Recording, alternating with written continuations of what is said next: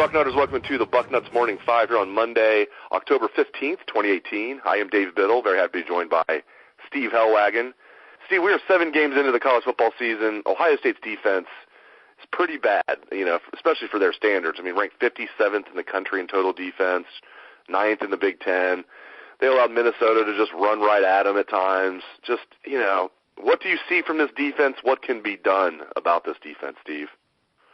Well, I think the biggest thing, Dave, is getting healthy. I mean, they had 5 backups in the game for most of the game on Saturday. I mean, guys that you didn't figure were going to start at the beginning of the season. You're talking about Nick Bosa is out. Jonathan Cooper missed the game because of the concussion. Robert Landers started the game but hardly played. Damon Arnett started the game, but he eventually left.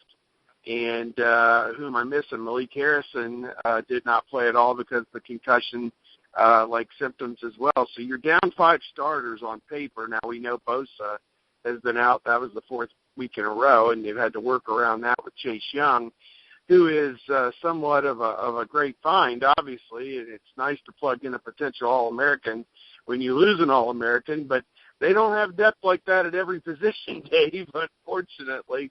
And there's no discernible pass rush right now. The linebackers continue to miss on tackles in space that we saw on Saturday. And the defensive backs, this was a little bit better, but still beaten on some pretty elementary throws by Zach, the great freshman walk-on Zach Anixtad.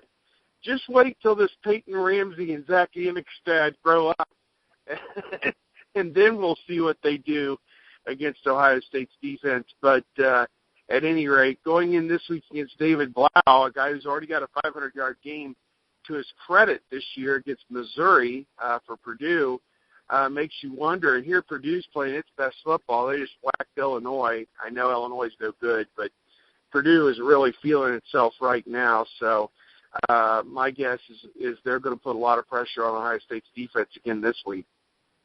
Do you expect Nick Bosa will come back? I mean, let's say he doesn't have a setback. Do you fully expect that he will come back this season, Steve? I am of the opinion that he will play again this year. I think he wants to play again this year. If he follows his rehab plan, he's to be re-examined in early November, which is coming up now in a few weeks. And my feeling is it is potentially possible that he will be back for Michigan State the 2nd week in November. And if not that, perhaps Maryland or Michigan. I think he wants to come back and play. One, to kind of show the NFL that I am fully healthy. Look at me, and I'm still out here making great plays. This was just a minor setback that was corrected, and it's over and done with. So I think that is perhaps one part of the thinking on his part.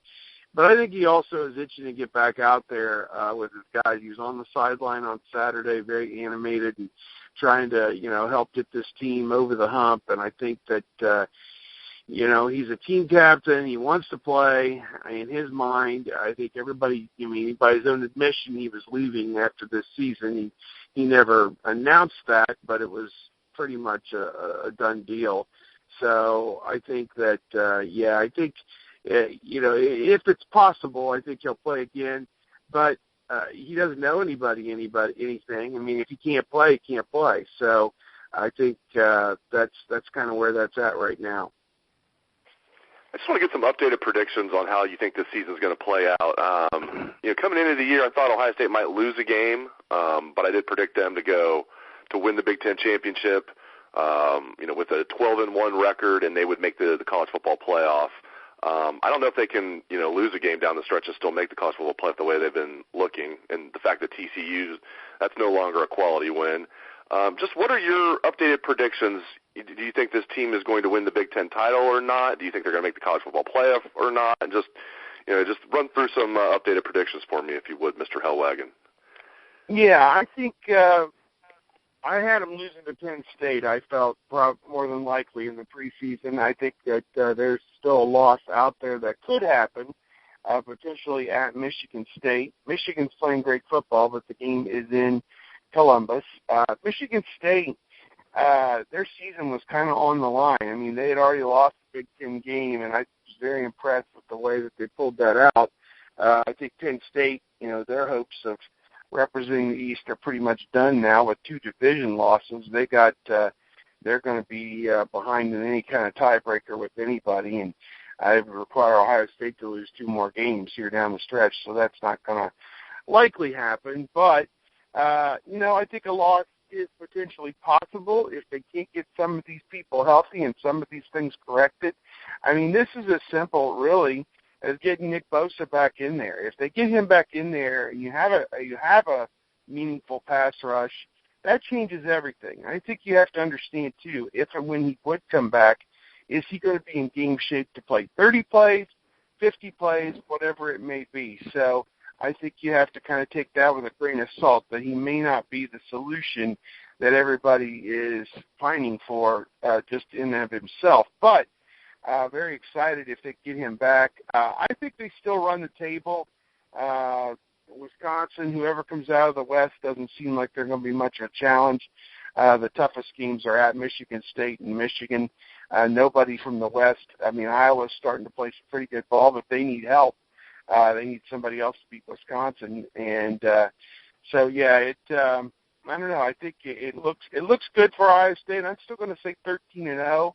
But I need to see more. I think that they haven't played a full 60-minute game yet against a quality opponent, and maybe we'll see that this week against Purdue. Just a 500 team, but a 500 team that's beaten a ranked team with Boston College. They went on the road at Nebraska and went on the road at Illinois. So I don't know. I mean, they're going to be as good a challenge as Indiana and Minnesota have been, and we saw how those games went. So I think actually Purdue's probably better than both those teams. So it's going to be interesting to see how the Buckeyes attack this challenge. The thing I come back to, Dave, is this is very much like Iowa last year. Nobody from Ohio State has ever lined up and played a snap against Purdue. Nobody from Ohio State has ever played a game at Purdue. Now, it's not Iowa. They don't have Iowa's players. And it's probably, 50,000 people compared to 75,000 people at Iowa, but they're going to be pretty well pumped up at Purdue, and it's going to be loud, and it's going to be a tough place to play for Ohio State on Saturday. So they better buckle up the chin strap and play their best defensive game, because Blau and the Purdue Boilermakers are going to really test them, I think, defensively. Last thing before we get you out of here, we've never seen anything like Dwayne Haskins as far as an Ohio State quarterback throwing the football. I mean, it is just such a treat to watch this young man.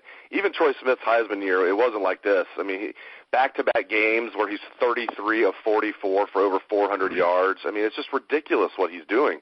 On the year, 28 touchdowns, 4 interceptions. Already has over 2,300 passing yards. To be exact, 2,331. So he's exactly 999 yards away from Joe Germain's single-season passing record that was set 20 years ago. I have a feeling he's going to break it. I mean, he's just going to shatter every single-season passing record. And like I said, the young man is just fun to watch. We've never seen anything like this, Steve. Yeah, 44 more passes on Saturday. He didn't throw any interceptions, too, which he did have a couple of those the week before. But I think, again, pass protection has been okay at times. Isaiah Prince gave up a couple sacks from the right side, right tackle on Saturday. He was sacked 3 times, but they give him plenty of time. And the funny comment that Patrick Murphy and I kind of pieced together after the game on our Facebook Live is, for years, Ohio State has been an offensive line-driven team, a defensive-driven team that brought the quarterbacks and the wide receivers along with them. Well, now it's the quarterbacks and the wide receivers that are carrying this football team, and they are dragging the offensive line and the defense along with them. So I think that they're making up for a lot of people's mistakes, and they have been absolutely fun to watch. It was K.J. Hill's turn this past week, 9 catches, like 180 yards, thereabouts, 2 touchdowns, and every week, whether it's Campbell, McLaurin, Hill, somebody's going to threaten a career record or something. And here's Campbell, 8 more catches, 32 catches in 4 games, Dave. He is on fire right now. And I don't know. And he even had a drop in there as well. So, imagine how big Haskins' numbers would be if if they caught all the balls that hit him right in the chest, but or right in the hands. But, you know, I don't know. He's been nothing short of phenomenal to watch, and you're just excited for the next game to see what he can do. I think Purdue is in the 100s in pass defense, so the ball should be in there early and often. Ohio State is, I wouldn't say they've abandoned the run. The run's kind of abandoned Ohio State, I think, at this point.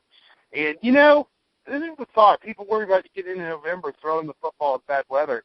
I think the passing game Ohio State is executing with a lot of, and they're short and intermediate underneath passes. They're not relying on the deep ball, Dave, so I don't think that it's going to have that much of an impact. I think they can sustain this passing game in November no matter how bad the weather gets. So I think it's kind of replaced the running game. The underneath and the intermediate throws have kind of replaced the running game for Ohio State, and it's been fun to watch.